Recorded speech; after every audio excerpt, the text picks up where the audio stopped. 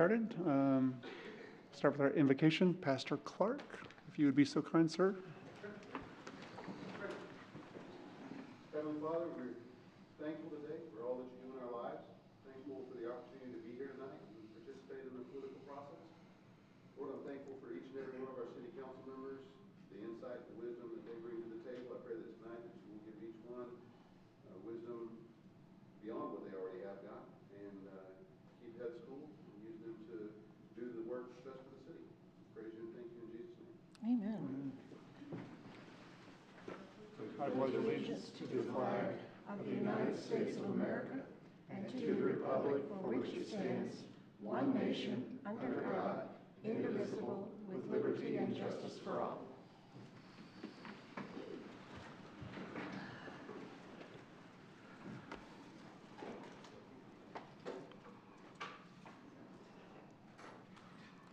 Okay, we'll go ahead and call this meeting to order. Ms. Liz, roll call. Eric Shine, Here. Bryant Sands, Here. Adrian Flores, Here. Lisa DeGifford, Here. Emily Reach, Here. Scott Mendham is absent, Steve Whitehead, Here. and Roy Brunson. Here. Mayor, we have quorum. Okay, we have a quorum. Sorry, Mayor, next item on the agenda is the consent agenda, and we receive a motion. Entertain a motion. So move.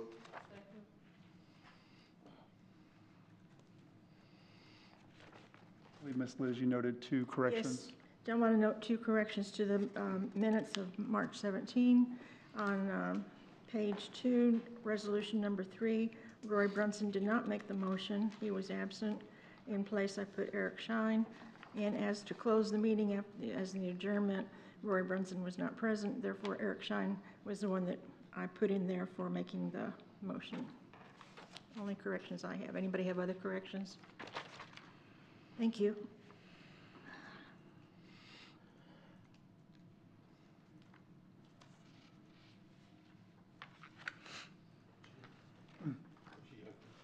So no, I gotta get the vote. So Next item. any further discussion on the roll call?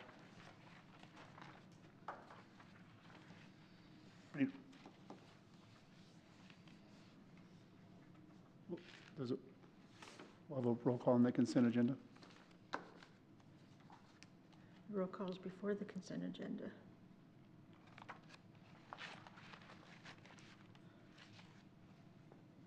Yeah, we just did the motion in a second. Any Right. discussion? So Right. no. Mm-hmm. Okay, roll call. Okay, I hear you. Eric Shine, Yes.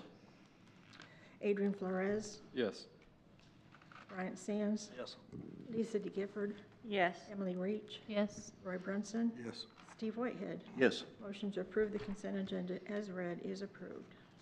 And next up the agenda is public forum. It's an opportunity for members of the public to address city council. Okay. Go ahead and open the public forum at 6:33. Anyone from the public can come up and speak about any item. We just ask that you give your name and your address.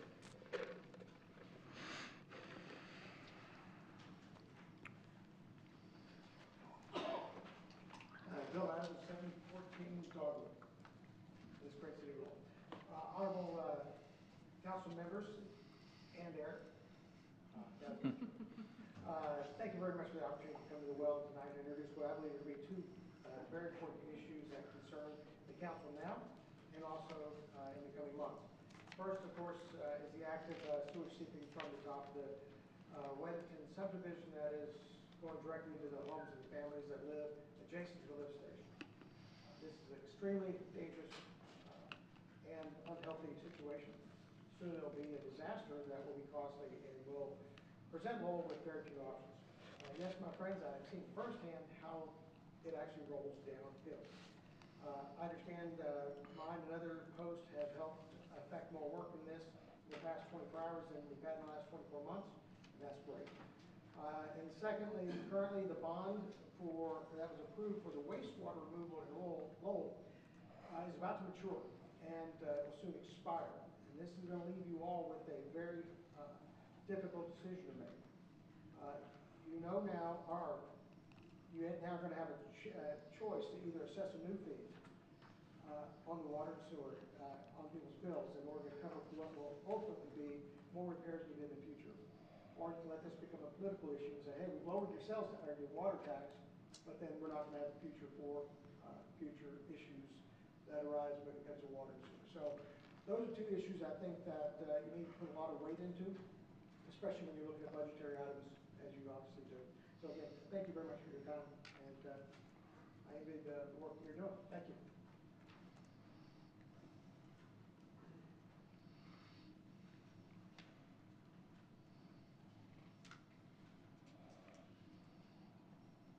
Is there anyone else from the public that'd like to come up and speak? Seeing none, we'll close the public forum at 6:35. Next item on the agenda is old business, of which there is none, and then under new business, Mayor, the bullet point here is discussion of possible action to fill vacant city council position Ward 3, seat 1, term expires December 31, 2028. Mr. Mendenhall submitted a resignation? No, sir.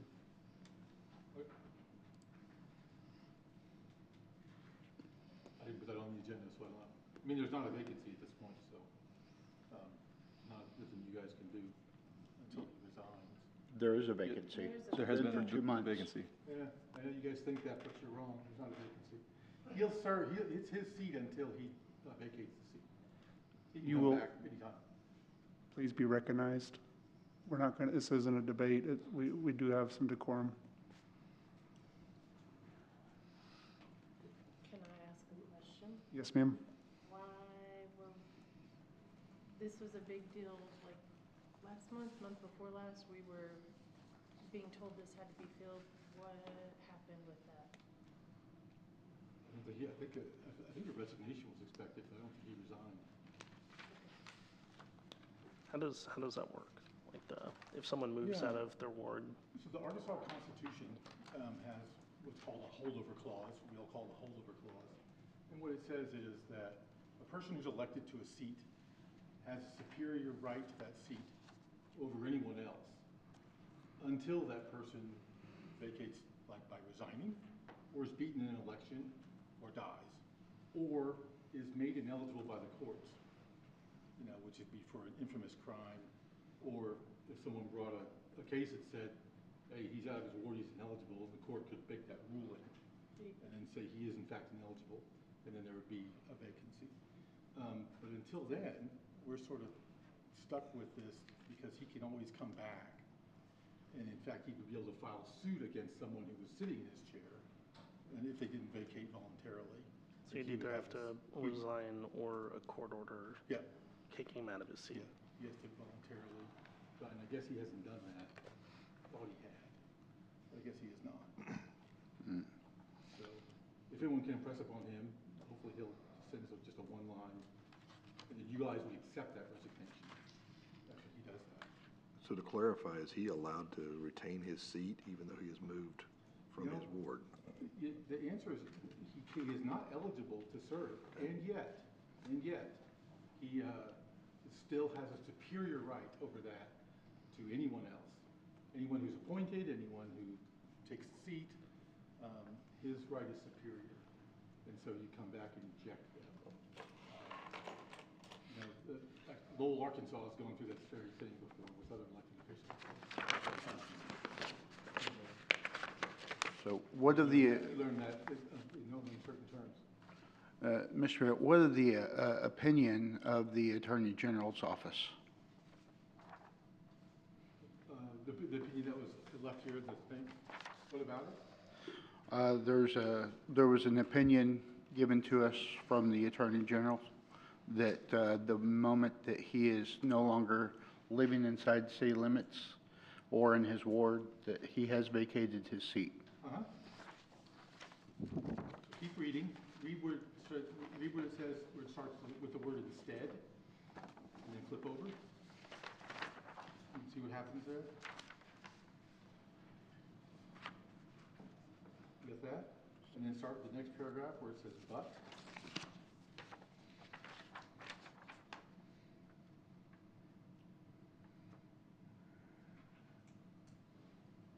See where it says then, as a practical matter, one would have to involve the courts. So that's the only way to remove an official is through a court order. Has any effort been made to contact him? Yes, multiple times. And what was the outcome of that? We have not been able to get a letter of resignation. What So it- then wouldn't that go to a court order at that point? Yeah, we have to get typically either a prosecutor to bring a case, he's illegally holding the seat. Sometimes the Attorney General will do that. Usually that's for a statewide seat. Which is, we've done before, we've had a prosecutor get involved before. But, to access the courts, a taxpayer can, bring a lawsuit, illegal exaction, sort of assuming that he is, receiving the emoluments of the office. I don't think he is. I don't think he's being paid. Jay, he's not being paid anymore. No, it's only per meeting, right? Yeah, so, but still, a taxpayer could do that. I think that probably the fastest way is gonna be to really impress upon him, just a one line, even a text. So we've gotten Just a, says I resign. like a verbal in a meeting or like a phone call? Nothing? Yeah, a verbal, if. No, that was if a someone question, like has he's said, but he hasn't written Nothing in writing. nothing in writing. So in our attempts to contact him, has he just not answered at all, or what has he said? He has answered, I've asked for it, and he said that he would provide it, and he has not. So therefore, I've had Chief Watkins reach out as well. Said that he would email it, and he has not. How many times have we reached out to him? Multiple times, sir. What's the number? I can't say offhand. Is it more than 2? It's more than 2. Is it more than 5? It's been more than 5, less than 10, Is it more than 10? less than 10. Less than 10, okay, thank you. At that point, I reached out to Tom and said, what is the alternatives at this point?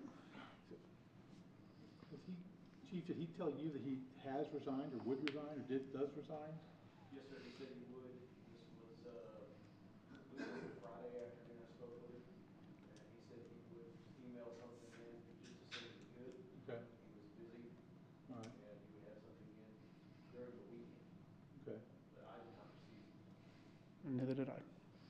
It might be if we can even get him to tell us, and say, hey, we'll write a letter to the council that you told us. Will that suffice? We might be able to do it that way. Or a Do an affidavit. text message. So, And then we could, even, we could even verify that. And then you guys can accept it at that point. The city council could accept it. That might be a way to get there.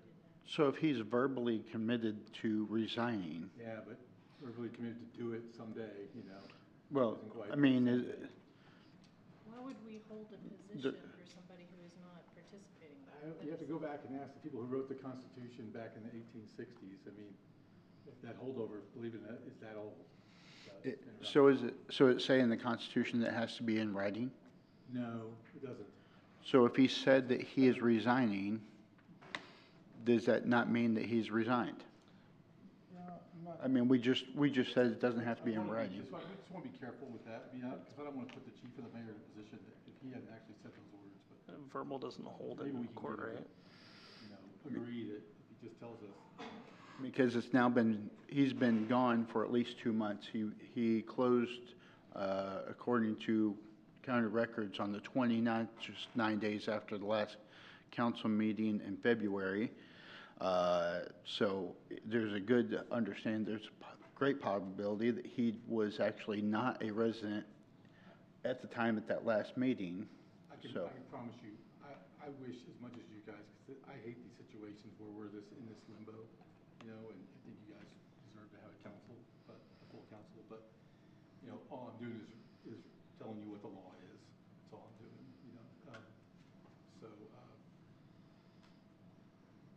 I think we should proceed that way, just really trying to get him maybe this next period between meetings to give us anything, even if he wants to just tell us orally and give us the permission to pass that on to the council so they can accept it. Maybe we can do that. If he doesn't want it right. Me and Chief on speakerphone? Yeah. Could you put him in like a text message saying, can you confirm whether or not? Is that a thing? Yeah, just put a Y or an N. Yeah. eighth grade I mean, dance. something like that, anything. You know, at this point, I think it's fair for us to try anything we can try. But We you will- were saying if it was verbal and he's already told chief that he's not doing it, does that not count as verbally? I mean, I'm not sure exactly word, but I think the chief said he would, you know, so. Here's the thing about resignations, you want to accept them when they're made, because people can withdraw them before they're accepted. But if you're not living in the city, what is there to, that doesn't make sense. You know, it's really surprising, there are several cases where people get elected to positions and they don't actually have a home there. They may have a P.O. box there, or, you know, say I sleep in my friend's living room every so often. The case that You can't do Supreme Court of that. Can, The Supreme Court of Arkansas has struggled with that, the word domicile, the word resident, and there's a bunch of cases about that. We've had that case here before, Yeah, we sure have. and we resolved it. The prosecutor did, Van Stone did, Douglas resolved it. Van Stone got him to resign. And so he resigned at that point, or was told to resign? Well, he sued the city, if you recall. Mhm. And then Van Stone was involved at that point and sort of said to him, well, I think you should resign so I don't have to go any further, you know, with action, so. Has it been determined here that a verbal resignation is okay? I've never done that before, but, you know, in a situation where I would say chiefs and mayor anyway spoke to him and said, would you give me permission or did you authorize me to pass on your verbal resignation? And he said, yes, I think it'd be fair to do that. I move that we make a phone call right now.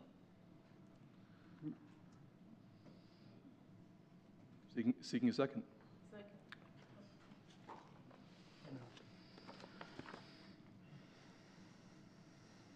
We have a motion and a second. Let's make a phone call.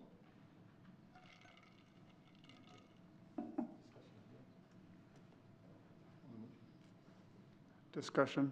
It's not an improper motion, it's just unusual. But not-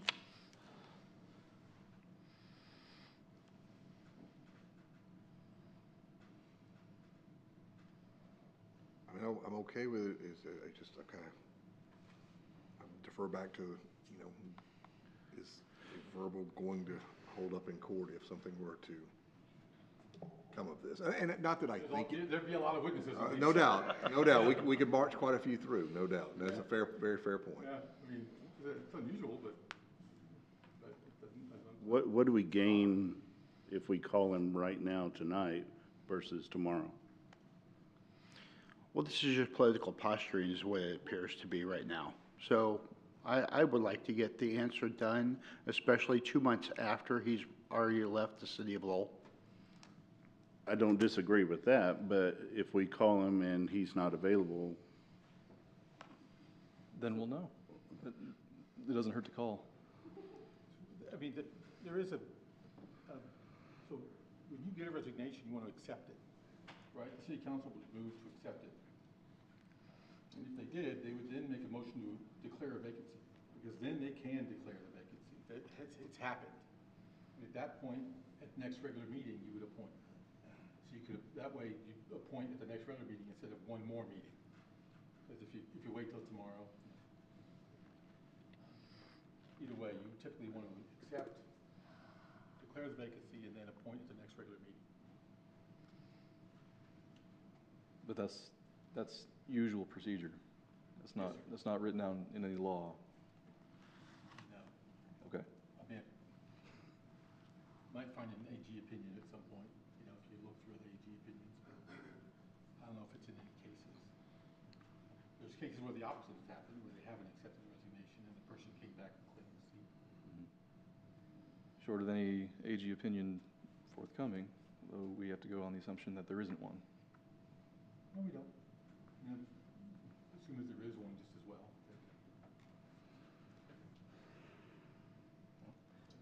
We have a motion and a second for a phone call.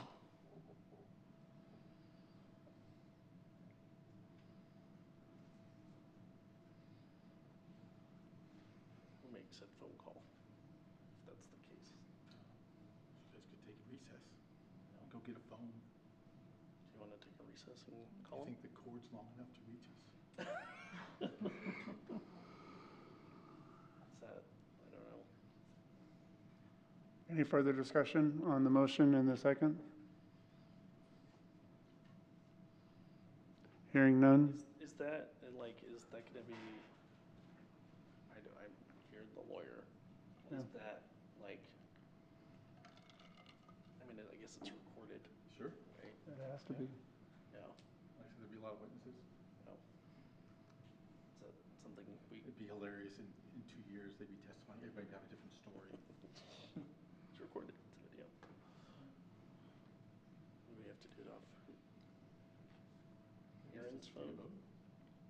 No further discussion? It sounds like Chief Watkins, you're friends with him, or? It sounds like you know, We need to vote. Yeah. you know him? Okay. Ourselves. We need to vote. We need to give ourselves. Yep. And thank you. Okay, Ms. Liz, you ready? Yes, I am. Okay, roll call. Adrian Flores, Yes. Emily Reach, Steve Whitehead, Sure. Eric Shine, Yes. Lisa T. Gifford. Sure. Roy Brunson, Sure. Bryant Sands. Okay. Motion carries. It's approved. We just ask for recess. All in favor? Um, Without objection? I'm going to ask for a 5-minute recess. All in favor, say aye. Aye. Any opposed, like sign. We're in recess for 5 minutes for a phone call.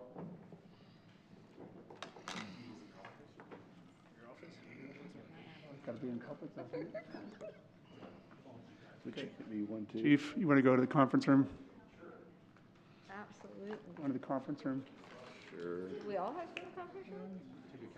I would, Which one? Okay. Okay, You guys can't all go, but I think. Mayor, do we all have to go to conference room? Adrian? Why don't you go? Okay, I am going. You can all go, would be an illegal. meeting, right? Yeah. Emily? Good group, good group. You never saw this one in other years, have you? Nope. I've never seen anybody hold a position hostage before either. That's what Although people I talked to said there is no letter of resignation. It's once they're out of their seat, out of the city, that's it. I'm just trying to figure it out. I don't know Scott. I don't think he's doing this. And that's what I thought it was. Absent-minded? Years or ago is he in Lowell, doing it maliciously? and we declared You it. think This is somebody's And then we got pulling the sued. string This is behind politics. Scott. This is He bullshit. then gave us a spanking. Think about it. If you left the position, you would do what's right immediately, right? Yeah, immediately. Yeah. I'm going. Well, he didn't even tell us that he'd moved out of the city. It happens, We had to find it out on our own. it's happening all over the place, believe it or not. So didn't he when did he start last year? I remember the election. Yeah, he's got, The 24 yeah. election? Yeah, he's a new councilman. But he was also asked to run.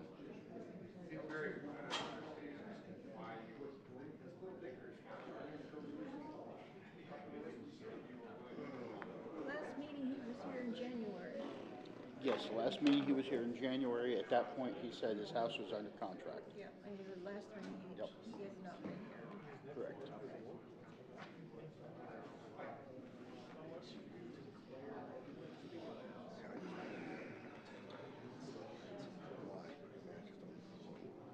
Well, Creating chaos? it messes with the numbers. It also prevents people from taking the seat. So you can find somebody.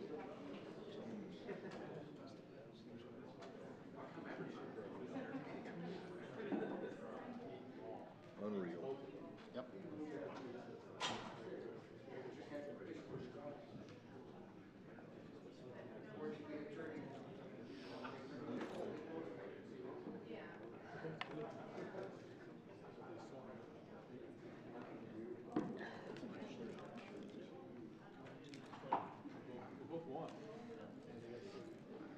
That was quick. He didn't answer. I only had Too loud. Well, I appreciate you sharing. I'm kind of excited about it now. We didn't answer, and then Adrian wanted to see Justin's text messages with him on his personal phone. To make sure that he didn't text him or something. Oh my. We're going to our next item. Oh my. Is, Justin gets back. No, absolutely. Oh my.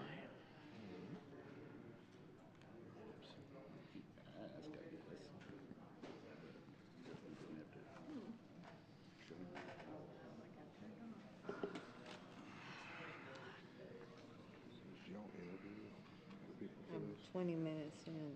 My head's pounding. It's a whole new person. I had no idea. I'm like, There's nobody interviewing. No.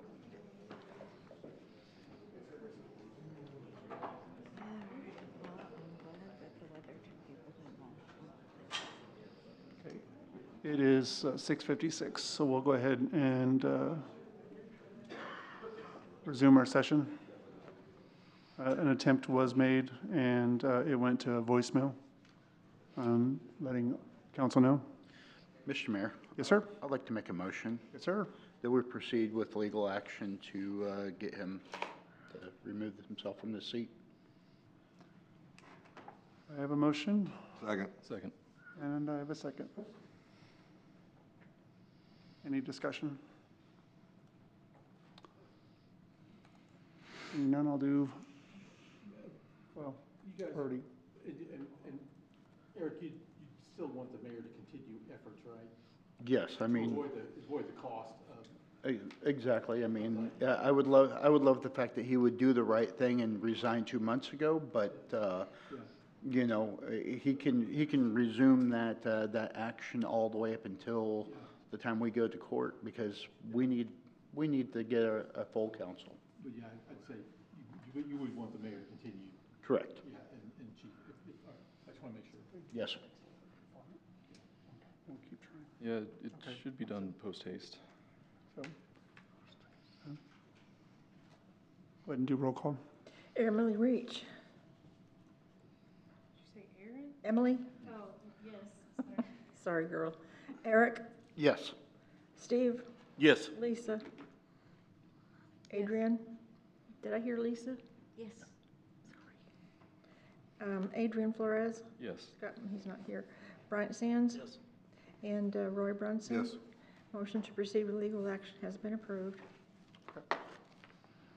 Our next item is, oh, sorry. Oh, no, Go ahead. The planning commission appointment, is the next item there. Uh-huh. Ms. Karen?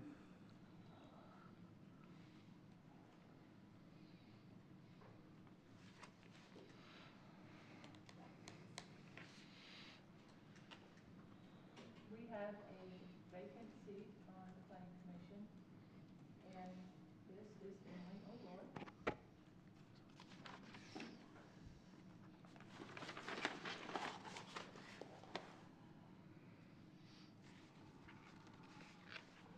Try that again. We have a vacancy on the planning commission, and Emily O'Rourke has interviewed and accepted that position. The mayor has recommended the appointment through the recommendation of our chairman, Darren Brock. So if you guys have any questions for her, she is here to answer them.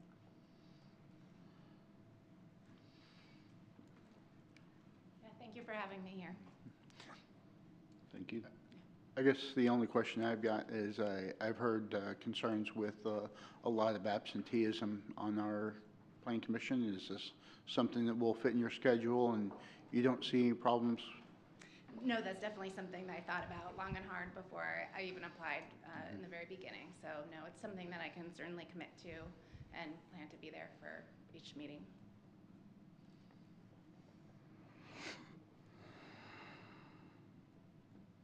Your resume made a lot of sense for this position, so I appreciate it. Yeah, thank you. Yeah, most of the things I do are adjacent to what the planning commission does, so I've got, some foreknowledge of what they do.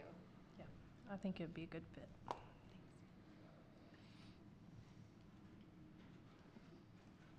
Any further discussion? Good. All in favor? Aye. Any opposed? Seeing none, congratulations, ma'am. Thank you, I appreciate it. Thank you for your service. Thank you. Thank you. Mayor, next item is our new procedural motion procedure. And so we have divided that into two, so there'd be a motion, a second, a vote on title only, just by title, and then a motion, second, and a vote on reading ordinances that are on the agenda, some or all of them, one time only. Okay.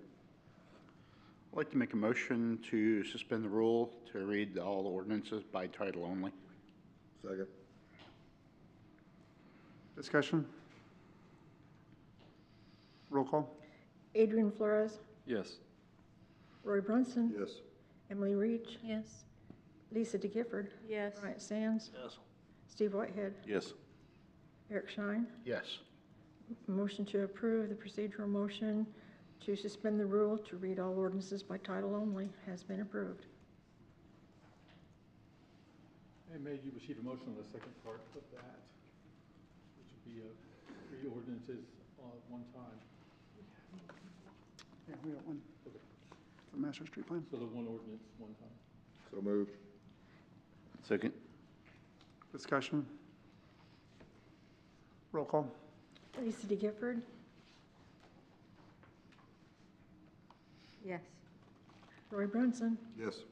Adrian Flores, No. Steve Whitehead, Yes. Eric Shine, No. Eric Scott Manham, is not here, excuse me, Emily Reach, No. and Bryant Sands. Yes. I believe 4-3, motion carries.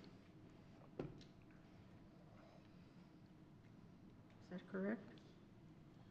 Was how many, sorry, 4-3, So that requires 2/3. So it doesn't. doesn't carry then.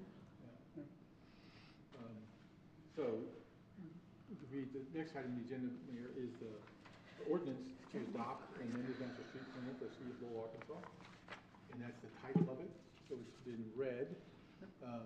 There's no vote tonight because it has to be read 3 times on 3 separate days. Typically, that's at 3 separate meetings because the next regular meeting, unless you call a special meeting to do it. So there's no vote taken on the first reading or the second reading. The vote is only taken on the third reading. The next item after that, we wish we could hear from our dapper engineers, I don't know. Didn't hear from them at all. But if someone could have open discussion about it. Next. Sorry? Next. There we go. I'd like to make a comment. Sure. Karen, thank you for numbering. Yes. It's helpful. Whoever numbered, thank you, because I'm always trying to find what they're talking about, and so the fact that you put the number next to, I really appreciate that. Made it much easier for me to locate it on the map.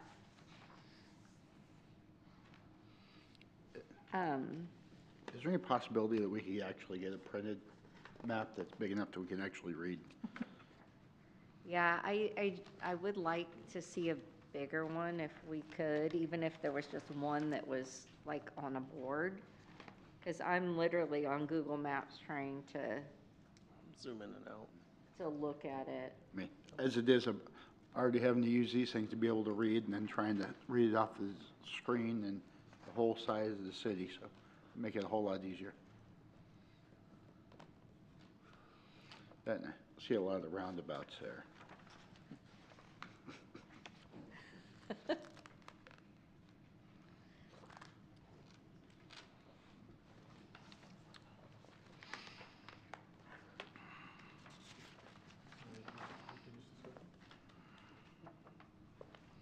All right, Mayor, the next item on the agenda is a resolution authorizing appropriation of funds city council members to attend and participate in training sessions provided by the Arkansas Municipal League.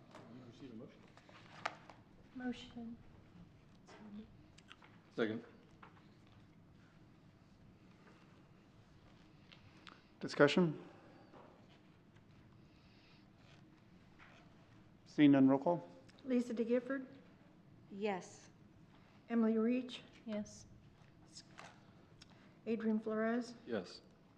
Bryant Sands. Quick question, where is this money coming from? Staff, finance.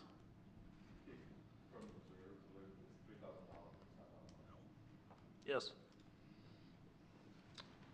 Eric Shine, Yes. Steve Whitehead, Yes. Roy Brunson. Yes. Motion to approve the resolution is approved. The resolution is assigned number 26-05. Next on the agenda is a resolution expressing willingness of the city of Lowell to utilize federal and transportation alternative programs or recreational trails program funds for the Concord Road Street Improvement Project. I need to receive a motion. Entertain a motion? So moved. Second. Discussion?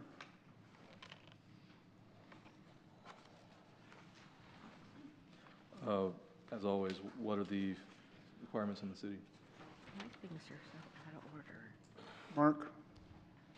Obligations? Oh, no, this is a Crafton project. Robbie, you want to fill in for Crafton on this? This is a tap. Oh, this one's mine. Is this one yours? Yes. Okay. So this is for the RDOT TAP applications that are due at the end of the month. You saw this last month for the regional planning TAP application, and this is the same funding that's just through RDOT versus regional planning, What are the obligations? the 20% local match. Okay, and that's all? Similar obligations to the last one, it's just through RDOT instead of regional planning. Okay, 80/20. And that's all, no other fine print? Okay, thank you.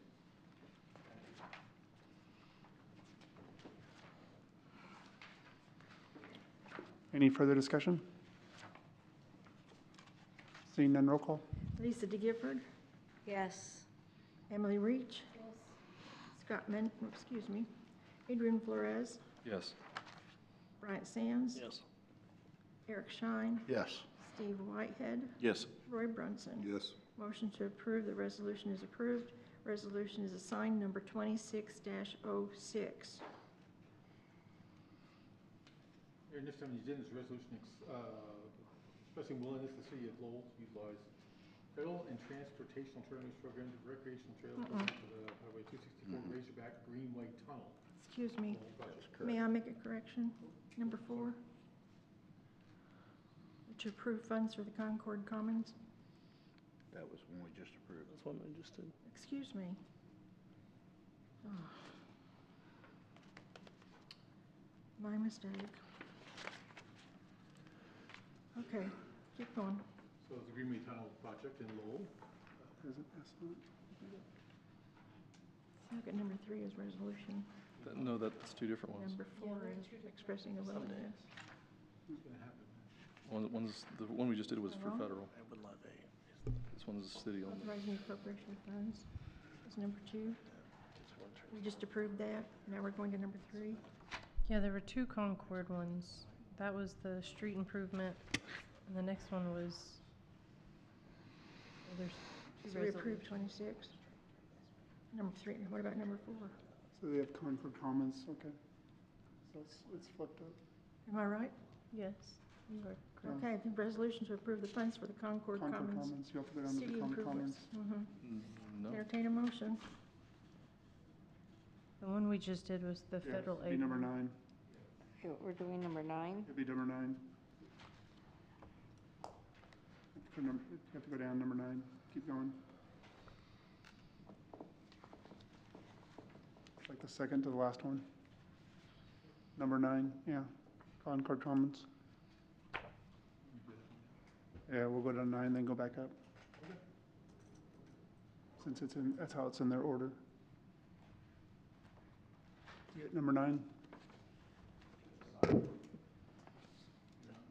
9 or resolution 9? That's on their agenda. I think he's on slide. You, okay, so it's a resolution to appropriate funds for the Concord Commons City Improvement Project? Okay. We need a motion. You're on, that's 3. Can you go to 9?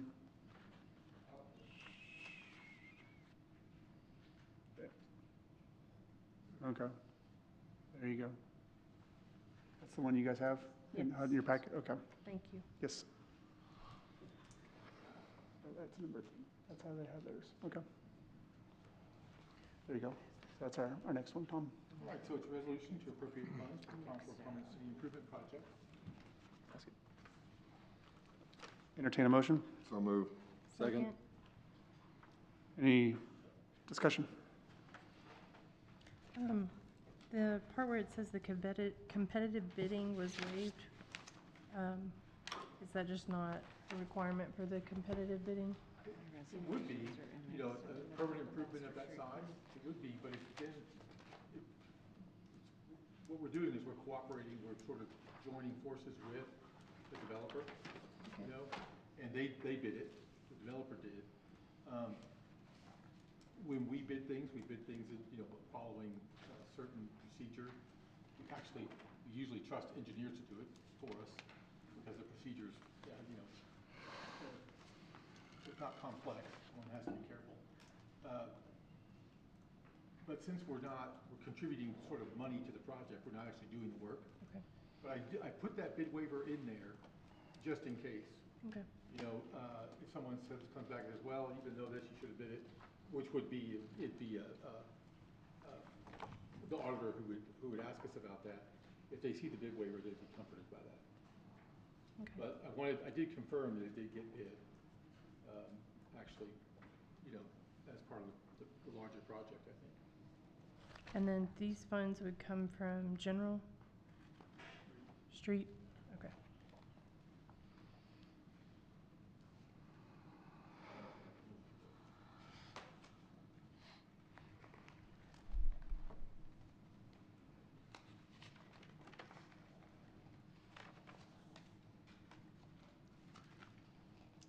Any further discussion? Seeing none, roll call. Lisa DeGifford, Yes. Emily Reach, Yes. Adrian Flores, Yes. Bryant Sands, Yes.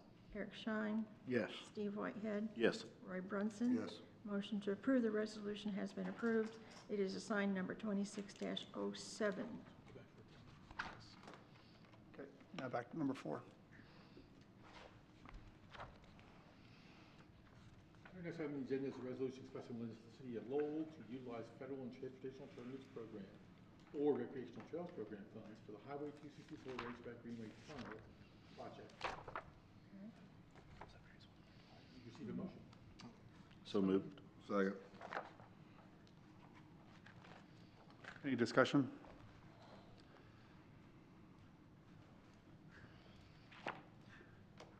Again, what are the requirements of the city? It's the same as the, go ahead. 20%. And that's all? Whatever they authorize, that'll be 80% and 20% match. Okay. And no other fine print? No other fine print. Okay, thank you. Any further discussion? Seeing none, roll call. Roy Brunson, Yes. Steve Whitehead, Yes. Eric Shine, Yes. Bryant Sands, Yep. Adrian Flores, Yes. Emily Reach, Yes. and Lisa DeGifford. Yes. Did I leave anybody out? Nope. Okay, motion to approve. The resolution is approved. The resolution is assigned number 26-08.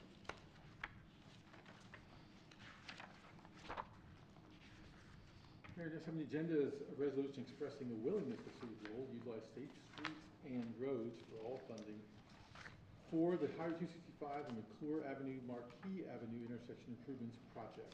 What number did he go to? Number 6. Is that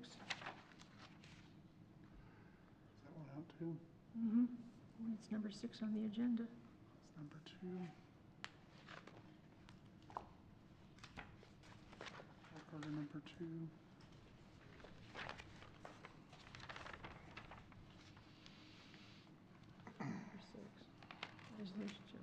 funds and authorize the mayor. Amendment number 2, so go to number 6. There you go. Number 6. Number 5 and 6 are swapped. There you go. Yes, sir, Mayor, it's a resolution to appropriate funds and authorize the mayor to execute amendment number 2 to work order number 3 for the Highway 264 Razorback Greenway Tunnel Crossing and Trail Extension Project in the city of Lowell, Arkansas. And you'd receive a motion. So moved. Second. Any discussion? What changes are made? Robbie? Mark? What's the question? So, were there any changes made to the previous work orders, or is this just a continuation of? So this is an amendment of things not fully captured by the initial work of the initial work order. So this is work order 3. I got those mixed. Okay. So this accounts for some additional work, corrective numbers. The numbers of tract properties involved in the project was a projection before. That number has since increased with the extension of the trail all the way to Mills Lane. Now that we have an accurate number, it's higher than what we projected, so we're looking to capture that, just correct some of the projected math, just the way it was done. Okay, so we currently have permission to use all property and everything then? Underway, not yet. Okay. This is one of the pieces to help get there.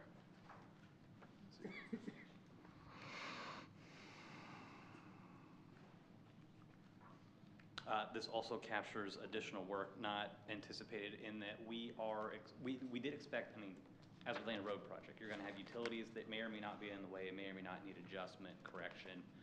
I think the scope of that has expanded a little more than we anticipated due to impacting the water line, impacting sanitary sewer, and just what's involved in order to weave those utilities in and around the tunnel to make it all work and be happy and, you know, keep things as simple as we can for Springdale Water. Again, a little bit more involved than we had projected, a couple things we had not anticipated. That's, again, pieces that are in the language of the work order amendment. Okay.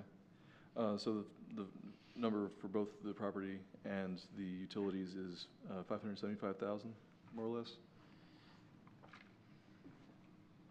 That's what it shows here. That for both, for the established work order and amendment plus this amendment? I think so. Yeah. Yes. That's what it shows here, yeah. $575,750. Yeah, then there you have it. Okay. Okay.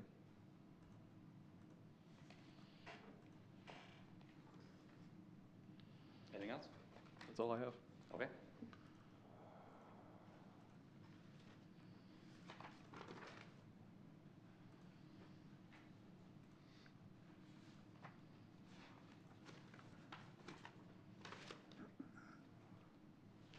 Any further discussion?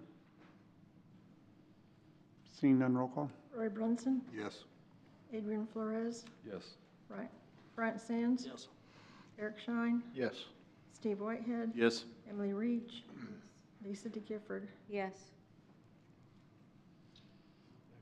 Okay, the motion to approve this resolution has been approved. The resolution is assigned number 26-09.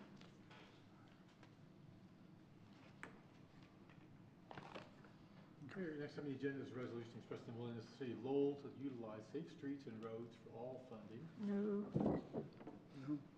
Number 7. You're on work order number 1. This is 7. Yeah. Okay. 7. All right. What I meant to say, Mayor, is. Yes. Next on the agenda is a resolution to appropriate funds to authorize mayor to execute amendment number 1 to work order number 5 for the Highway 264 Razorback Greenway Tunnel Crossing and Trail Extension Project in the city of Lowell. Entertain a motion. Yep, entertain a motion. Motion. Second. Discussion. Which number are we on? Number 7.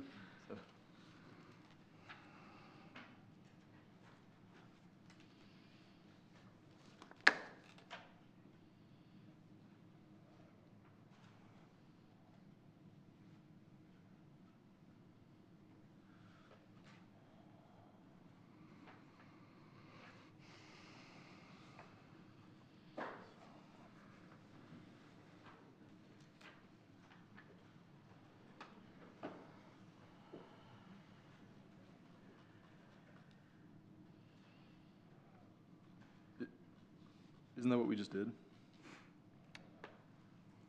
The Razorback Greenway? Different work order, sir. No. For number 3. Yeah, still the Greenway, different, Yes and no. Okay, what is it, what different about this than Okay. before? So this is for, same project, yes.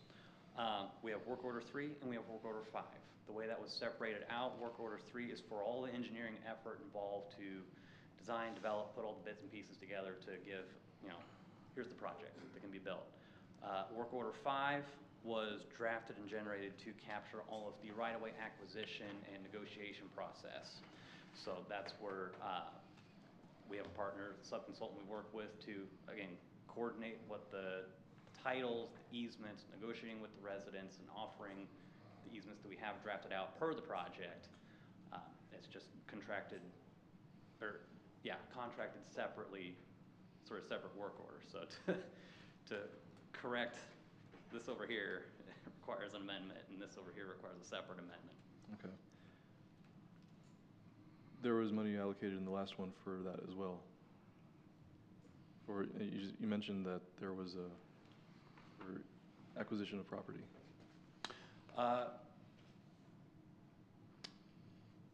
For work order 3, what we had involved was scope of work, additional utilities that we had anticipated. It was a boundary resolution. There was a tract that we had previously skipped entirely from when we first scoped all this out, because there was a developer anticipated to come in, so we were just going to straight up not include it in the project. So that was part of our math, that we're not going to do it. Well, that developer has since fallen through, so in order for this project to carry on and not leave a gap in the middle of the trail, we are adding the design effort and survey work, boundary resolution work, initial finding of who owns what where. That's involved in that work order. Now, when it comes to negotiating the acquisition and the realty side of it, if you will, that's work order 5. That's a whole separate operation, connected, intertwined, but separate operation. Okay, so this is just for negotiations. Essentially, For yes. that, okay. I gotcha. That's all I had. Yep. Any further discussion? Seeing none, roll call. Lisa DeGifford, Yes. Emily Reach, Adrian Flores, Yes. Bryant Sands, Yes. Eric Schein, Yes. Steve Whitehead, Yes. Roy Brunson. Yes. Motion to approve this resolution is approved. The resolution is assigned number 26-10.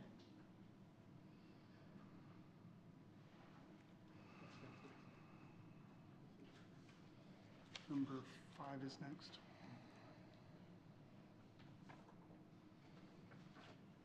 Yep. So the marquee. Yep.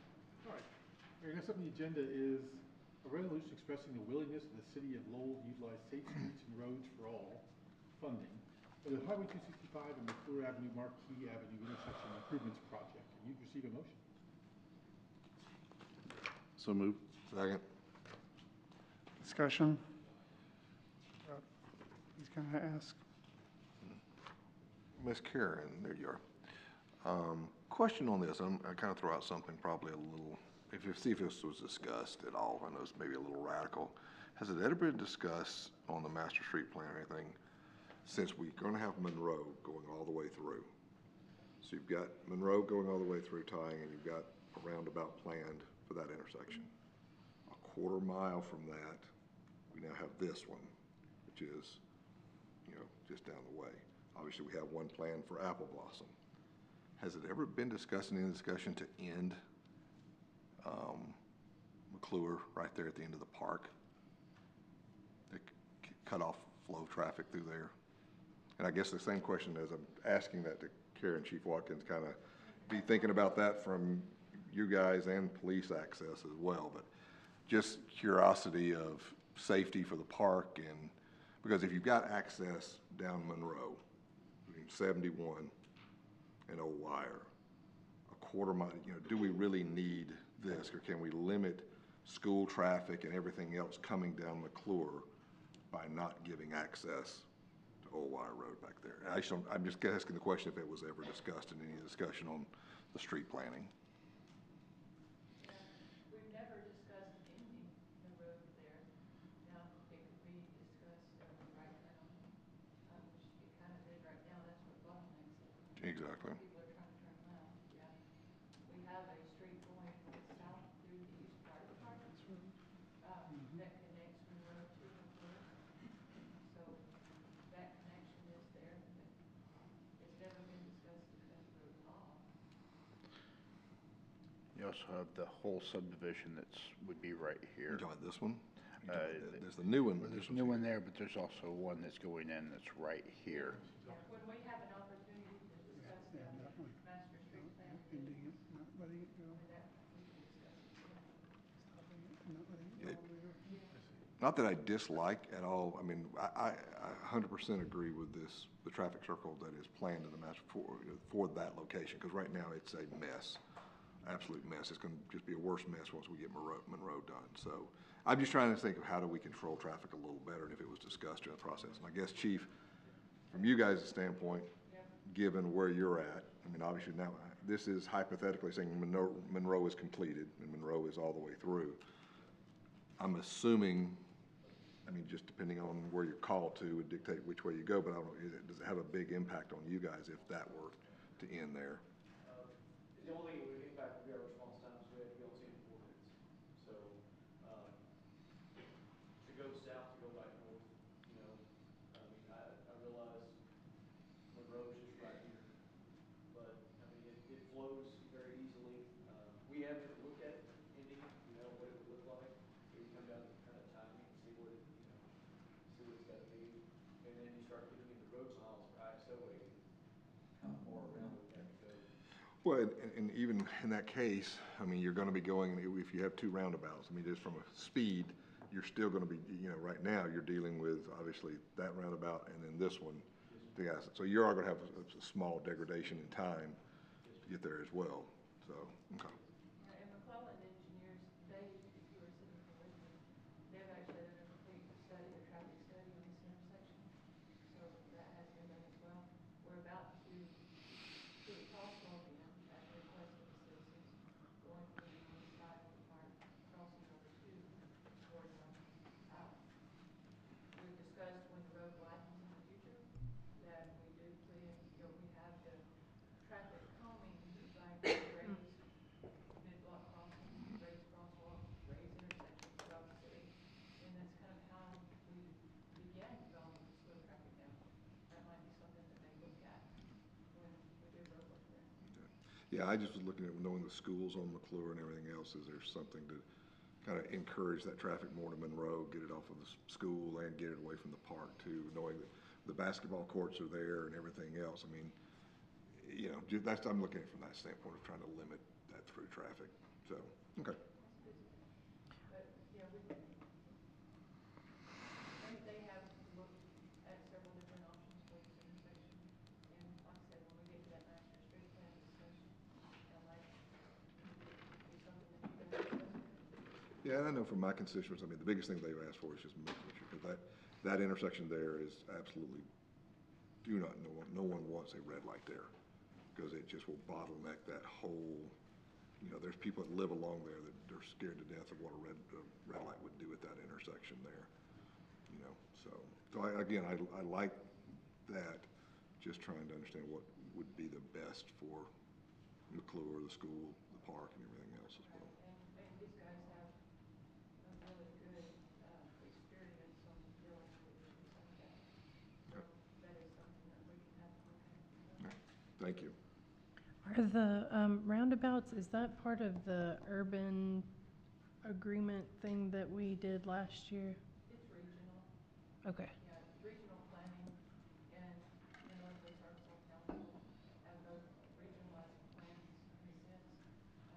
The council is more focused on strategies for future growth.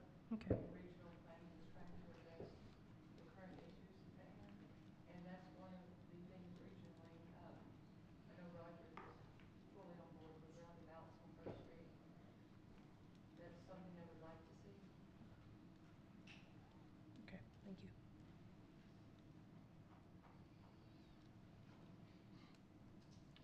Any further discussion? And that's part of Vision 2030? Is that the right name?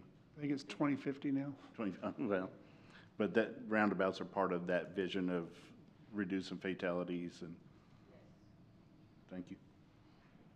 We just need to teach Emily, I don't know if that's what you were asking.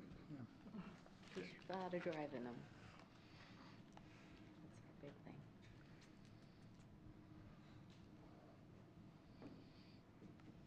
Seeing no further discussion, roll call. Lisa D. Gifford, Yes. Emily Reach, Yes. Adrian Flores, Yes. Roy Brunson, Yes. Bryant Sands, Yes.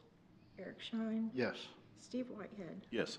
Motion to approve this resolution is approved. Resolution number 26-11.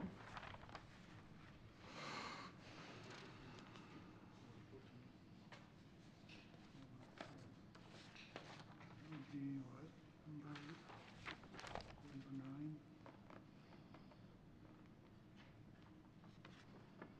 Mayor, with some trepidation, the next item on the agenda is resolution to appropriate funds to authorize the mayor to execute amendment number 2 to work order number. No? Amendment number. Work order 14. Work order number 14.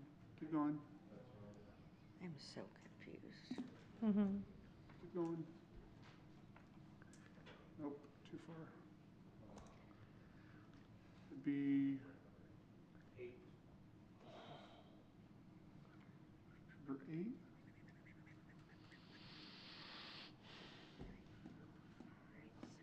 We've already done that one. 9, but That is number 9. Is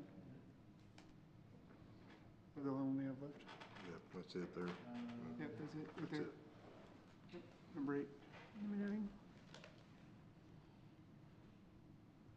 this. That's it.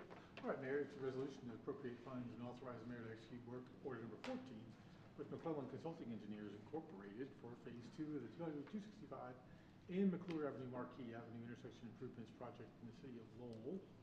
So I need to receive a motion. So move. Second. Discussion? Can we just get clarity on work order 14, and what that entails? Since we seem to have work orders coming left and right. So last year, we had a work order for this project to do phase 1. That was the conceptual design to generate, this is just one of the 2 that we generated already for this, and to complete a traffic study.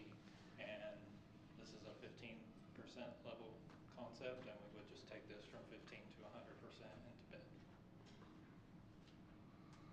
Clarify that for me, taking it 15% to 100%, clarify what you So mean by that. full construction, taking a concept to full construction plans Gotcha. for one option.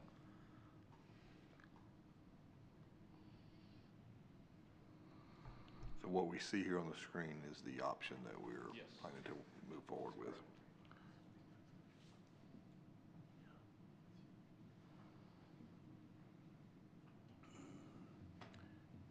Is the inner circle on that grass? It is shown as grass. It can also, so it's on a state highway that would probably only allow grass there. Meaning that's an RDOT requirement? That's how they've been treating roundabouts, to my knowledge.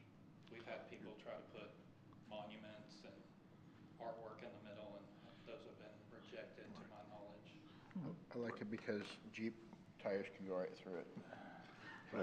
And that's what I was thinking about, Eric, is driving through grass or just driving across concrete, because big trucks or whatever.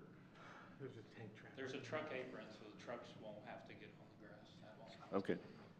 It's designed for a large semi-truck that you would see. see on a highway or on the interstate. And I'm sure from a safety standpoint, they want that circle to be clear in case someone does miss it. I think it's a maintenance thing.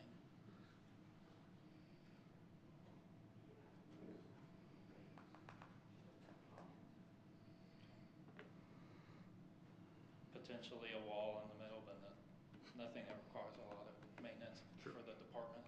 Sure. Okay. Kevin had his way, we'd go the opposite direction. I would love to do some nice landscaping in the middle. I think that's a real benefit to doing a roundabout, is opportunity for landscaping. Maybe we can have some conversations with them about doing that. Yeah, I mean, I know the ones up near my office, up in Rogers, near the AMP and all that, they've done a nice job. They look great. Yeah, they've done a very nice job. I think it really enhances the experience driving through there.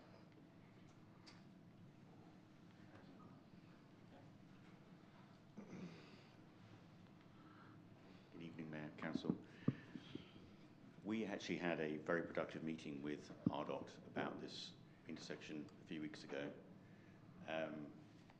We are trying to come up with designs that minimize the footprint so as to reduce impact on utilities and also reduce the need for acquisition of right-of-way.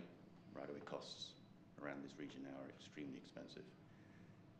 RDOT has been very rigid about their design parameters historically, but we met with one of their senior individuals in the roadway design division, and what you're looking at here would be the first turbo roundabout, as it's called, on State Highway in here in Northwest Arkansas. We designed one like this in Bentonville, Water Tower Road and 8th Street. Same kind of configuration as far as the middle island not necessarily being completely circular, which is what you see here. It's not completely circular. But the reason I bring this up is because RDOT is open to constructive direction from consultants and are listening to us, as opposed to historically requiring larger roundabouts, which actually are less safe. So I just want to let you know that we've sat down, went through both options with them. They were welcoming to what we have here, and this would be a smaller footprint than what would have happened traditionally. So I want to just make sure that you're aware that we are trying to drive costs down as well. Appreciate that very much. So when you say turbo, is it just because of keep maintaining kind of a one lane around kind of scenario? So most of you are probably aware that the two-lane roundabout that was at the end of Pauline-Whitaker Expressway in Rogers has now been reworked. Yes. The roundabouts dramatically reduce severe accidents and fatalities. However, because of lack of lane discipline and lack of people using turn signals, people change lanes when they're in the circulatory part of the roundabout. So the design you have here is such that it tries to force vehicles to the outside of the roundabout, so they can't make, for instance, if you're coming from the west leg eastbound and you wanted to go north, it forces you, as you get to like the 4 o'clock time, to go to the outside. You can't make that inside turn, so therefore you're not going to change lanes.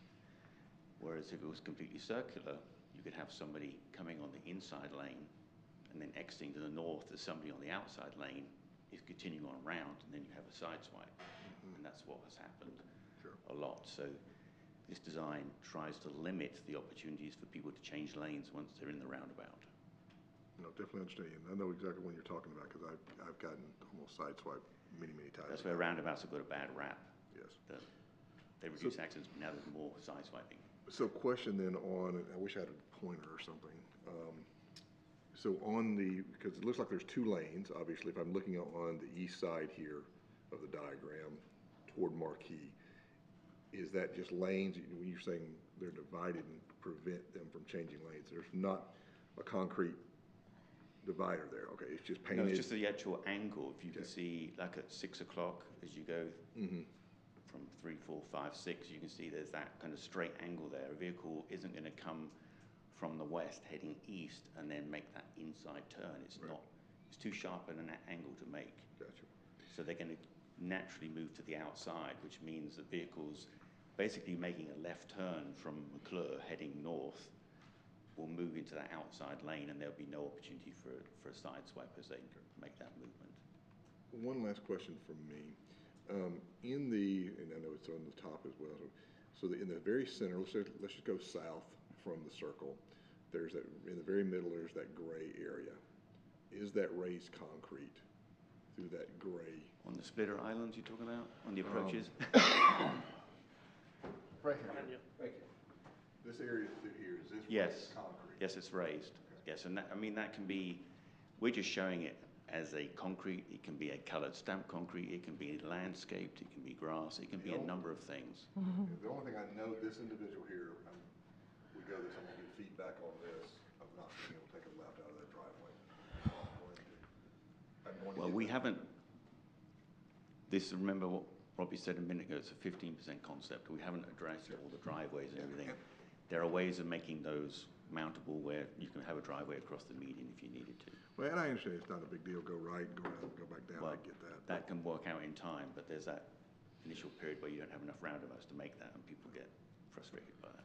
But you also couldn't turn in from, Exactly, if you're coming from, yeah, exactly, if you're coming from the north, yeah, where are you gonna go? You're gonna have you to have to go go down. all the way down to the other roundabout, turn around, and come back. Be like- But a be comment like was, European vacation. the comment was made a while ago asking about the 265 corridor, and RDOT's plan, as you know, for 112 on the west side is for every intersection on that to have roundabouts. So all the way from Fayetteville to Bentonville, we'll have 20 roundabouts. That's their design philosophy now. It never used to be that way. It always used to be signals. So they have adopted the policy that the roundabouts are the safer alternative when it comes to intersection design. And John McCurdy from Rogers is driving that kind of same premise on this east side 265 corridor.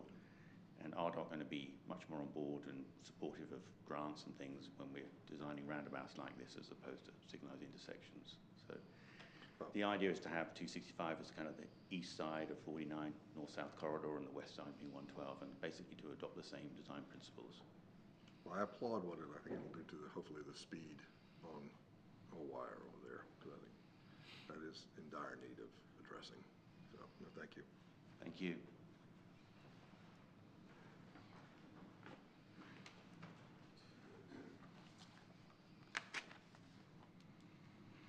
Any further discussion? Seeing none, roll call. Lisa De Gifford, Yes. Emily Reach, Yes. Adrian Flores, Yes. Bryant Sands, Yes. Eric Shine, Yes. Steve Whitehead, Yes. Roy Brunson. Yes. Motion to approve this resolution is approved. Resolution is assigned number 26-12. Very next on the agenda is a resolution to appropriate funds for a rainbow, for, authorize the mayor to execute a work order number 12 for the existing water tower evaluation in the city of Lowell, Arkansas. I need to receive a motion. So moved. Second. Any discussion? Yes. Mr. Mayor, the only thing I really want to make sure we don't do is we don't acquire the land underneath this tower. Okay, Ms. Lisa? Could you get into a little bit more detail exactly? I know I talked to you a little bit about it. You said we weren't acquiring the land. It is strictly the water tower. And we're looking into, we're just doing research to see what it's going to take to restore it. Is that correct? I'll let staff answer that question. That is correct. This would be an access easement for the city to be able to access the tower. That plat has already been drawn. We have not accepted the plat yet. This is kind of, we're working through an aspect of the large scale with the developer on this property. He has agreed to dedicate property not only the right-of-way for this development, but also there's a small parcel of land in front of the street department that belongs to the property owner that he is dedicating on the plat as well. And included in that is an access easement to the tower. And to answer your question on what this would entail, it's a study to make sure that accepting this tower is feasible for the city. So they will look at the structure internally and externally, and give us a recommendation on whether they recommend to accept the tower or to basically remove it. The agreement says replacement, but it'd be removal. I mean, this is something that's been near and dear to me from day one, and everybody knows I want the water tower painted and looking nice and pretty, but we're working on it. Yeah. I understand the land itself is contaminated, and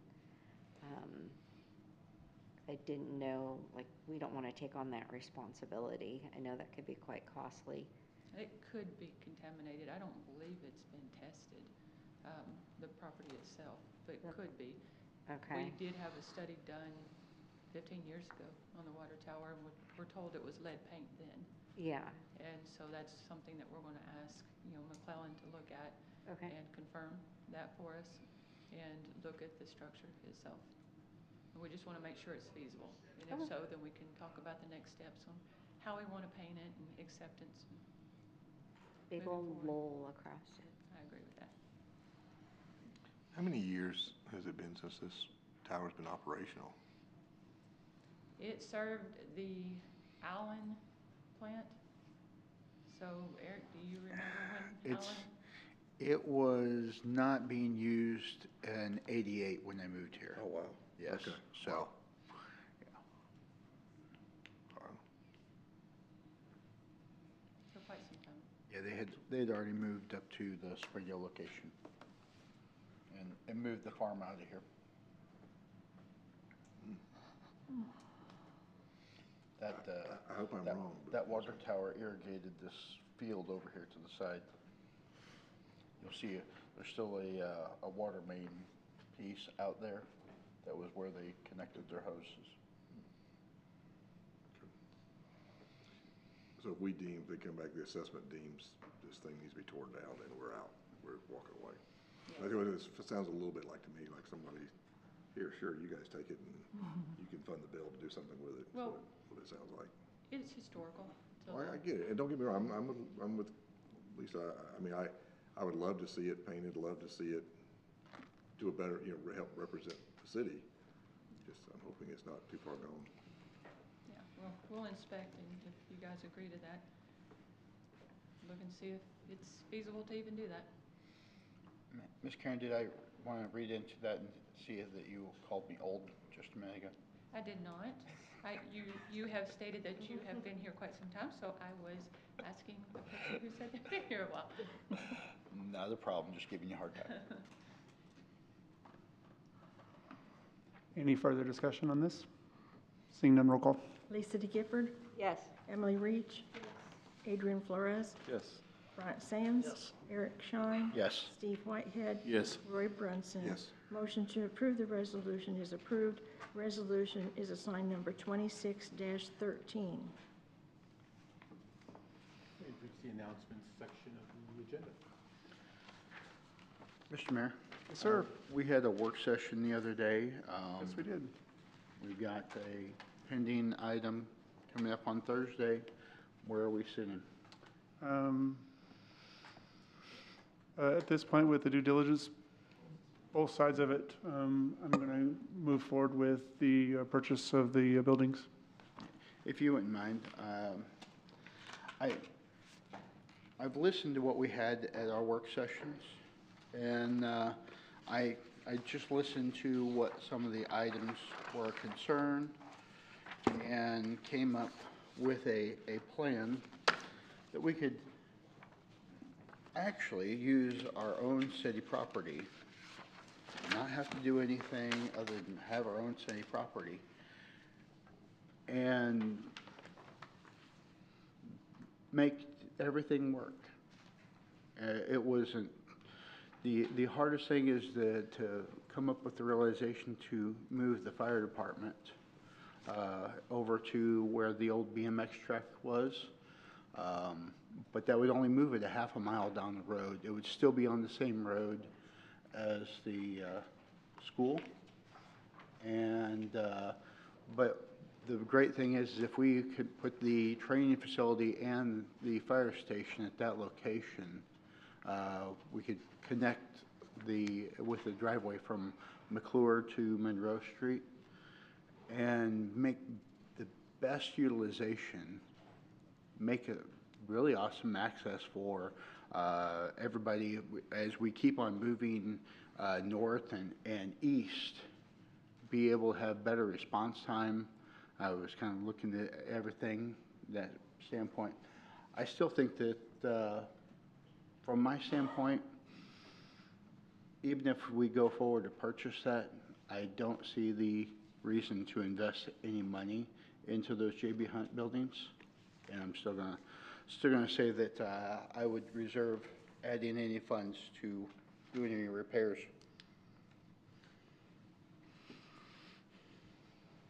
Thank you, sir. I appreciate your feedback on that.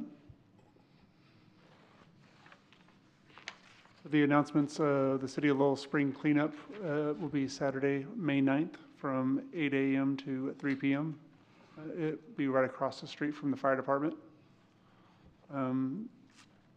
We've had some issues in the past. I believe Aaron can speak towards more, but we are asking for proof of residency in one trip. And we've had some issues with some chemicals and some other things being brought forward. So no chemicals, paints, wood or yard waste, refrigerators, or tires will be accepted. So I guess we stopped accepting the tires. Okay. Mr. Mayor? Yes, ma'am. I do have one thing, and Aaron, I don't mean to put you on the spot, but can you come up? So there's been a lot of posts from residents about wanting speed tables in different neighborhoods. So I know that you received a quote. That was me. I got that. So. Oh. Yes. Regarding these Yeah, particular speed ones. Yes, ma'am. I did talk to Aaron briefly before the meeting, and these, are they rubber or are they? The recycled rubber. The recycled rubber. But one of the things that Aaron brought to our attention was that the bolts will come out and they have to constantly replace them. He had mentioned doing either asphalt or concrete, which were comparable cost-wise. He wasn't quite sure. But if that's something, I know Mr. Whitehead showed us a picture of what they have at J.B. Hunt over in that area. That's something that we can look at, maybe get ideas of what the cost would be and the time frame to do concrete versus asphalt. I know concrete is going to last a little bit longer than anything else, so I want to go with what's going to give us our biggest bang for our buck. But I know a lot of residents have been asking for these for many, many years. So I just wanted to, if that's something that we can look into. And again, I don't mean to put you on the spot, but, you know, we kind of talked about it briefly. No, that's fine. I mean, ultimately concerns with speed bumps, and we tried, you know, we set speed bumps on Concord. We have, I believe, 2 sets left in Lakewood subdivision out west, which is one of the neighborhoods that they had complained quite a bit. With that, we set the speed trailer from the PD, which records data. When we initially looked at that, the speed bumps really were not slowing people down. I mean, they're still hitting them at 25, 30, 40 miles an hour. That does damage to any of the aftermarket ones that we have to actually install. The bolts come loose. They'll eventually, because they come in pieces, they'll break one piece. We have to replace that. So, I mean, our new city ordinance now, for a reason, has us putting in elevated crosswalks for that purpose. If you have a straight stretch over 600 feet. So we're not opposed to whatever. We're happy to do whatever. We also have to consider when we do these fire and police response, you know, we can't have fire trucks and police cars ramping through these. It does affect response times in some areas. And we're not opposed to stop signs and making four-way intersections just to slow people down. Unfortunately, and that's been some of the communication I've had with citizens, is just, it all boils down to what people are willing to respect. We have speed limit signs they're not gonna, respect, and unless it's something that's gonna do damage. You can go to the school roundabout that was just installed. I wanna say, I think it's the western side, where I watched sparks fly out the bottom of the car as they scraped across the concrete crosswalk. That's the world we live in. So we're willing to do whatever, and then we obviously tag team with PD to get them out there to try to help enforce it, because unfortunately, until, they get pulled over and something's done, that's usually the one thing that gets a response. So we're not, whatever y'all decide, if y'all look at this or we all want to meet and talk about it, I'm happy to do whatever the recommendation is. We've done speed bumps in the past, and usually it's the fire department that complains the most about them. And they, especially when we do the chains on the bad weather, I know those do a really good number on them when because the chains are a rotating chain that comes down. So that's usually what knocks those bolts out, is when something like that happens, or we get a lowrider that smacks it really good. Or you're running lights and sirens doing CPR on somebody, and they either have to hit that or they have to slow down to 2 miles an hour to get across it. I mean, if that's your family member, they don't, aren't too happy, because normally they're following the ambulance to the hospital, and that's not something they really enjoy, is slowing down. So there's just a lot of factors. We're happy to do whatever. That's why a lot of times our response is just, let's throw up more stop signs and make four-way intersections. That breaks it up. But if we find a place where emergency services and us and whoever feel that this is the best option, we'll do whatever everybody wants to do. Okay. Thank you. I will point out, Lisa, what we were looking at that JB Hunt has, obviously JB Hunt doesn't have a police department or their own or anything, so they just totally depend on those speed tables to do their job, and they're not out there policing it or anything, so, for what it's worth. But they are effective. If you don't slow down for those things, you will pay for it. I just know there's been a lot of discussion, and I know it has been for quite some time, so I wanted to see if that's something that we could maybe look at in the future, discuss. I mean, I'm open to different options.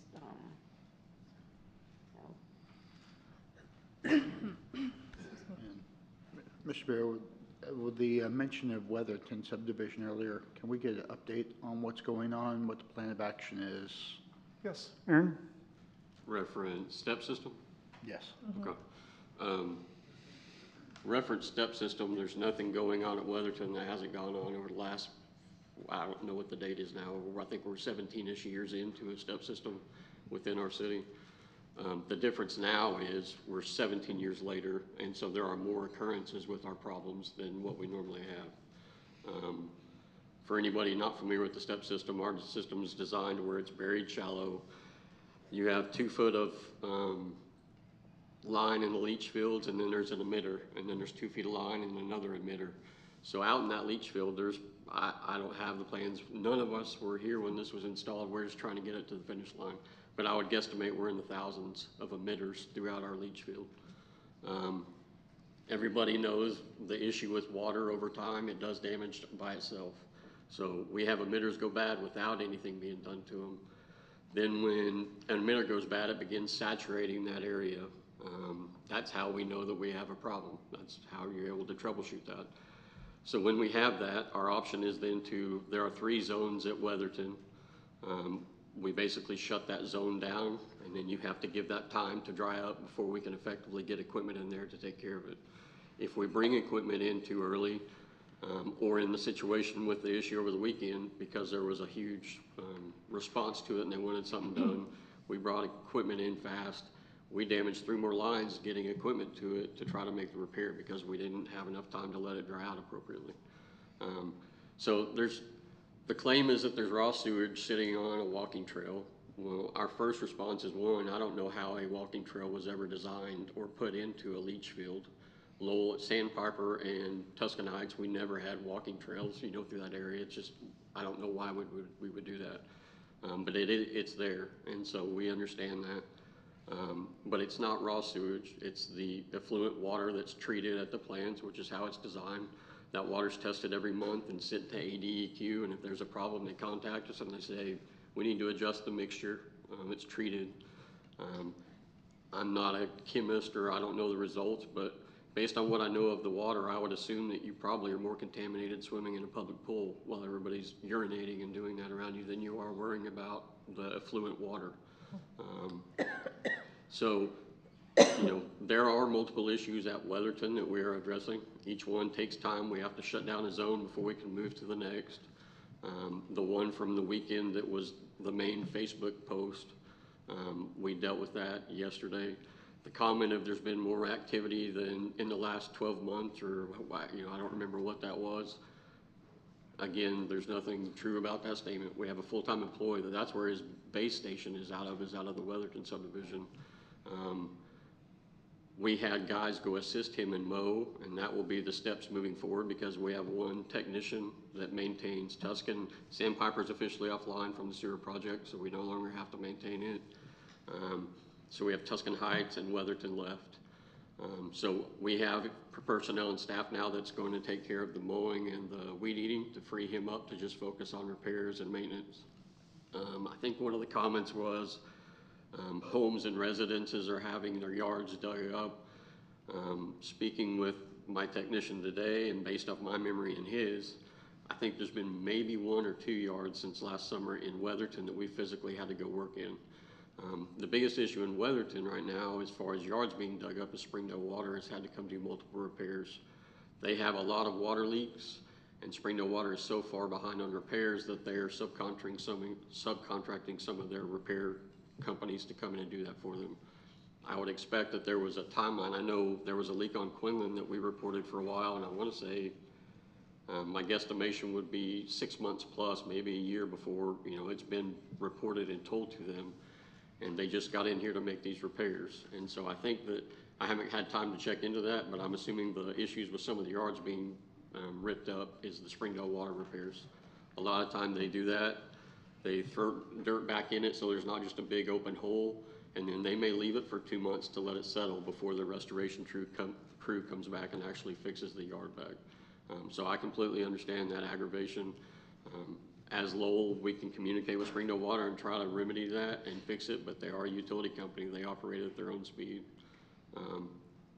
But the step field, it's doing what it has always done. Again, we are having more problems than we had in the past because it's a 17-year-old system.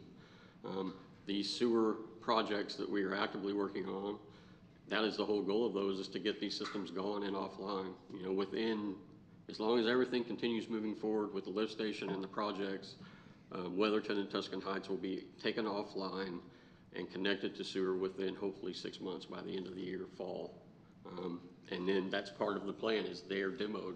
Every tank in the plant comes out, every one of those leach field lines gets removed, fresh dirt put back, and then it's just a field at that point, and it's not a concern for anybody else at that point. So we're working on that. We're doing everything we can. There's not anything being left for a month or 2 months or 3 months untouched. But yes, there are problems there. We understand that there's water. When there's standing water, we know that. We're working on that. It doesn't, I went and visited it before the meeting tonight. It smells horrible out there. It's not just water's pooling up. There is sewage out there in that field. There is also the fact that there are residents who live right there beside the pool who have had to dig trenches in their yards to avoid sewer being in their yards. So I know that they said they contacted in December, and it was a couple months before they heard anything back. And then the next thing they know, somebody was out there mowing and doing all of that, which is great. But we need to figure out, it's a lot like the Sabre Heights situation. We need to get something going on that quickly. It smells horrible out there. A leach field, when everything's working perfectly, summertime, high winds, you're gonna smell, there's odors period at the end. That doesn't change that. But it's on us to make sure that these people are not having to dig trenches to avoid having poop in their front yard. Okay, and here's another problem. I will be happy to unlock my phone and give you my email to search any of the 3 or 4 individuals that you've talked to, or however many it is.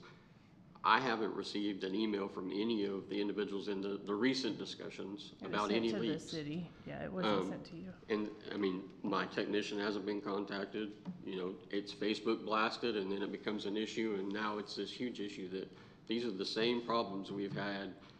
I don't, you know, I understand new people move in, and a lot of times these people have no idea what a step system is. They don't know what they moved into.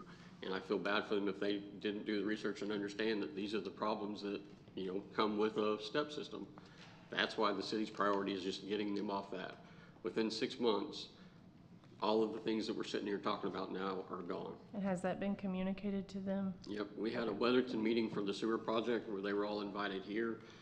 It was up to them who responded and came to the meeting, where we laid everything out on the table. This is what's happening. We've done that for Sandpiper, Tuscan, and Weatherton throughout the sewer project. There's been a delay with Weatherton. There was an easement issue because there's a high-power gas line that was in the way of the project. So we've had to get another easement. The gas company, you know, wasn't gonna move it, or it was gonna be too expensive. So that delayed it, but we are within, I expect the Weatherton portion, we have to bore under 264, but all of that should fire up hopefully within the next 2 to 3 weeks, and we start it all again. Is that something we need to put on the agenda for discussion to make sure we're doing that, or is it just a? It's a contractor thing, in RDOT. We don't control anything else on that. Aaron, your confidence level, you said 6 months, you know, give or take. What's your confidence level on them being able to switch over to sewer in that 6 month? I mean, are you 70%, 90%? I mean, where are you at on that? Because I mean, obviously that's the resolution to this whole thing, is getting there. Yeah, I mean, my confidence based on what I know and what we've encountered so far would easily be 70%. Now, you know, Puppy Creek situation, if y'all aren't familiar with the Puppy Creek and First Security Bank, you know, the rock that we encountered there, we had gut instincts, but engineering said, oh no, we're good, we're gonna rock and roll. That delayed us, you know, I don't remember how long that delayed us. We sat in front of First Security because of those issues. 6 months. Yeah, you know, I can sit here and tell you 70%, but I have no idea what's below the earth. I'm not that. Based on what I know, based on the things, the hurdles that have been in front of us, I feel like we've already done some legwork on the Zion Church portion behind Weatherton. There's already some line that's been placed there in preparation of us getting to that. We haven't encountered any rock there. We're not we're not near the Puppy Creek area, which is where we've encountered all of our limestone. So I feel very confident based on what we've experienced up to this point that we will hit the mark of that being completed within 6 months.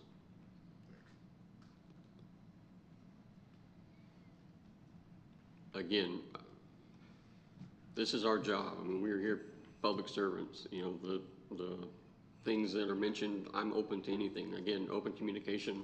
We had the meetings here with Weatherton staff. Tammy is the Weatherton POA. I talk to her frequently. I keep her updated. When all this started with the POA, I sent her a message and said, I'll be happy to meet with y'all. I don't know when their POA meetings, I think she said they will have one in June. I'll be happy to show up. I'll be happy to have our step technician there, so if they have any questions directly to him. He said today, any of them, I mean, like I said, that's where his base is, the shop's there that that's kind of his office. He said any of them that would love to come out and visit and tour it, I'll walk them through it and help them show the process to them. The comment and the link was put out, we'll contact ADEQ. We have no problems with that. Our monthly tests are sent to ADEQ. Please, if that makes you feel better, absolutely do that. We have nothing to hide. We're here trying to provide a service, and if we were worried about the contamination or health to the public, I wouldn't have a guy that's been doing that job for 11 years out in the middle of it. Yesterday, while we were trying to fix this, he was up past his boots, soaked in this. He's been that way for 11 years dealing with this stuff daily. If it was a hazard, we would know that by now. We're doing the best we can with a 17-plus-year-old system. To fix it right, they could come to y'all. We appropriate hundreds of $1,000s. We rip zones out and completely replace the line and put new line in, which is what you should do with a step system if we're going to keep it going for another 20 years. But I think fiscally y'all are of the same mind that why are we even having that discussion when in 6 months this whole thing's going away and we fixed it. That's just kind of where we're at. We're at the end of the road. We are getting it there. But, and I agree 100%, ponding water is not normal in leach field. That's how we find the problem, we fix the problem, but it's a process. What would something like this cost to take care of? Like you were saying, if we wanted to appropriate funds, something like that. Why would we spend money on something that's gonna fix itself in 6 months? We hope it's gonna be fixed in 6 months. Agreed, From what agreed. I've been told, speaking to multiple people out there, this has been going on for years, like 4 years at least. That If your house butts up to that leach field, and like I said, even when it's working perfect, there will be times throughout the year. Chief Watkins now lives beside the main that runs down Spring Creek. I think that's where some of the property is. When that off gases in the summertime, it'll clear you out of the field. And we have people half a mile away talking about it. That's just the unfortunate part. That's why the few people that were here back then when we did this, that was one of the negative side effects, was it gives an odor. I mean, that's just going to be part of it. Now, I agree with you. When we have a line bust and we have a pool of water standing, it might give a little more of an odor than normal. But again, that is not raw sewage. I promise you. It doesn't look good because it's sat there. It's had grass blown on it. You know, nature takes its course. It doesn't look good. It's very unappealing. But 110%, that is not raw sewage. If you want to go tour it, I will be happy to show or have our technicians show you the sewage.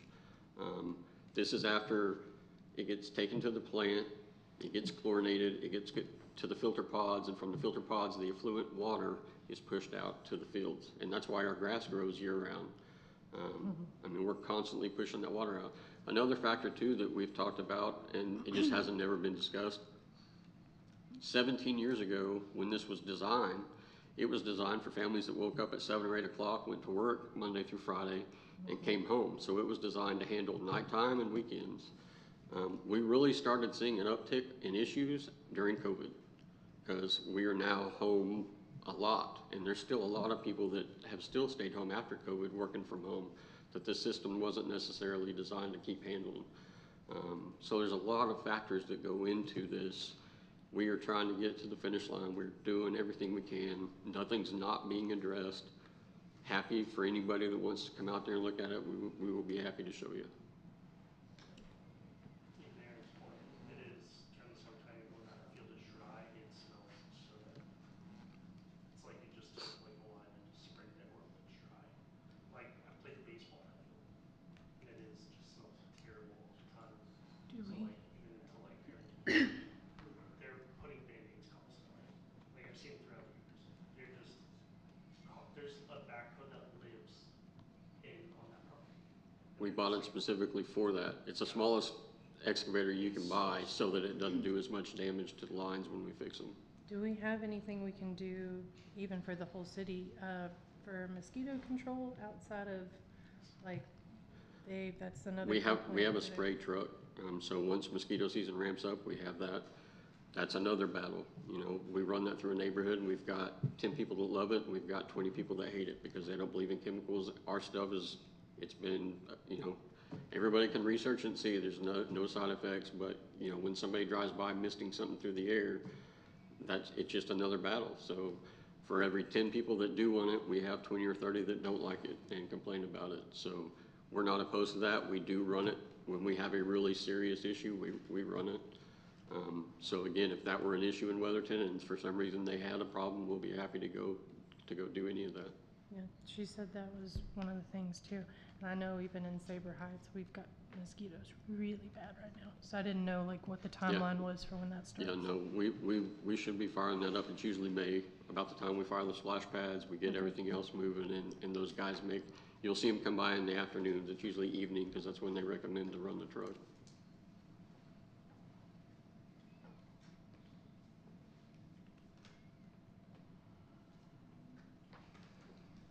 Any further discussion? I had a completely separate question. For Yes, ma'am. this. I'm so sorry. The regional training facility that was posted on 9/22/25, where it's talking about for fire and police, is that still supposed to be for fire and police? Or is that what?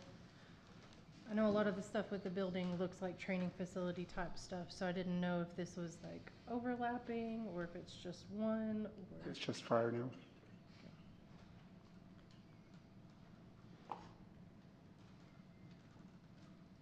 That's correct, Chief. It's just fire now. Yes, sir. Yes, sir. There's no further discussion. I'll entertain a motion to adjourn. So move. Second. Seeing no objections. We're adjourned 8:15.